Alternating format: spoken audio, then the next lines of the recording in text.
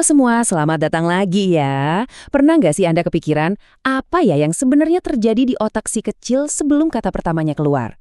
Nah, hari ini kita bakal kupas tuntas soal bahan rahasia yang sering banget kelewat, padahal ini kunci utama perkembangan bicara mereka. Yuk kita mulai petualangannya. Pasti pernah ngalamin ini kan? Kita manggil nama si kecil, sekali, dua kali, tapi kok diam aja. Rasanya kayak ngomong sama tembok. Pikiran pertama kita mungkin, sengaja nih dicuekin. Tapi, gimana kalau ini bukan soal sikap?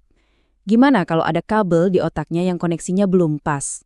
Gimana kalau jawabannya ternyata jauh lebih dalam dari yang kita kira?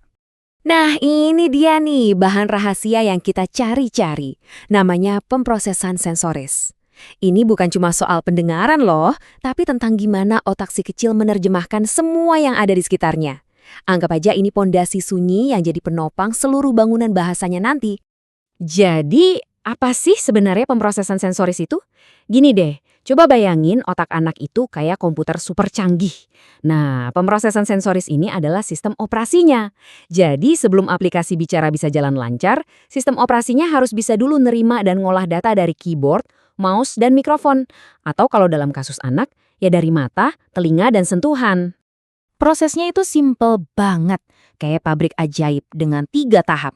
Pertama, ada input, semua suara, pemandangan, dan sentuhan masuk sebagai bahan baku.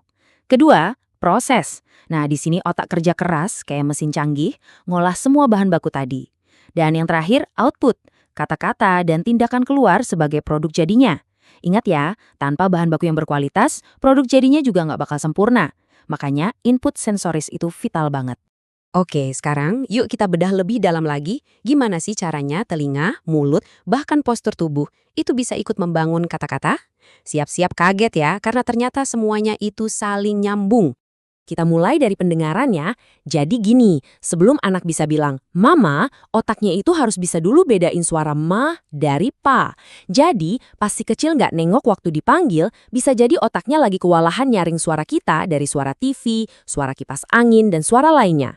Ini bukan soal dia nggak peduli, tapi soal kapasitas otaknya buat memproses. Sekarang kita masuk ke bagian yang sering banget kelewat, mulut. Sensitivitas di area ini tuh krusial banget. Bayangin deh anak yang ogah makan makanan renyah karena sensitif banget. Nah sebenarnya dia lagi kehilangan latihan penting buat otot-otot bicaranya. Atau sebaliknya, anak yang kurang sensitif, mungkin dia nggak sadar posisi lidahnya di mana, makanya bicaranya jadi kurang jelas. Ini mungkin kedengarannya aneh, tapi kemampuan bicara itu mulainya dari inti tubuh loh.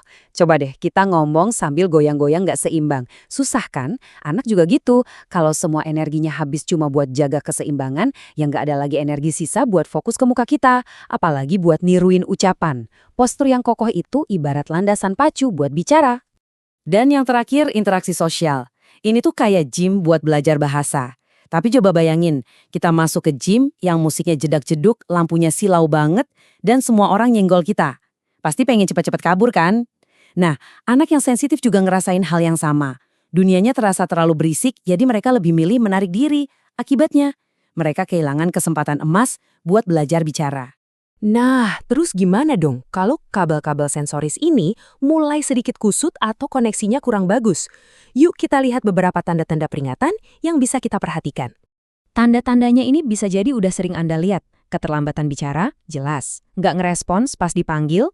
Ingat kan soal pemrosesan auditori tadi?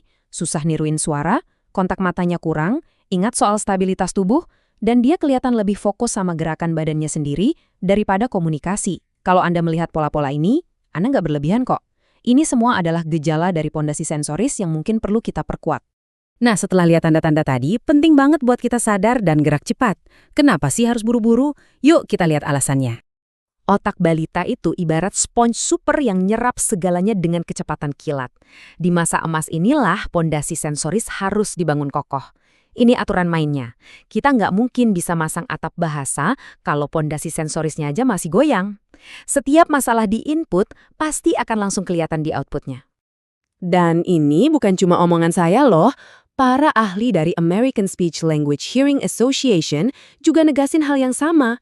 Kemampuan komunikasi itu sangat bergantung pada cara anak memproses dunia di sekitarnya. Ini fakta ilmiah, bukan kebetulan.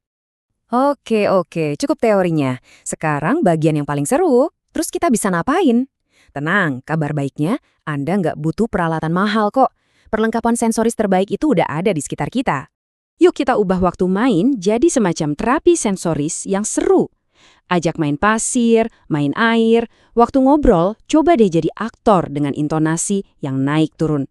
Waktu makan, kasih apel yang renyah setelah pisang yang lembut. Ganti screen time dengan main di dunia nyata. Dan yang paling penting, jadilah detektif buat anak kita sendiri. Amati apa yang bikin dia nyaman, apa yang bikin dia nggak nyaman.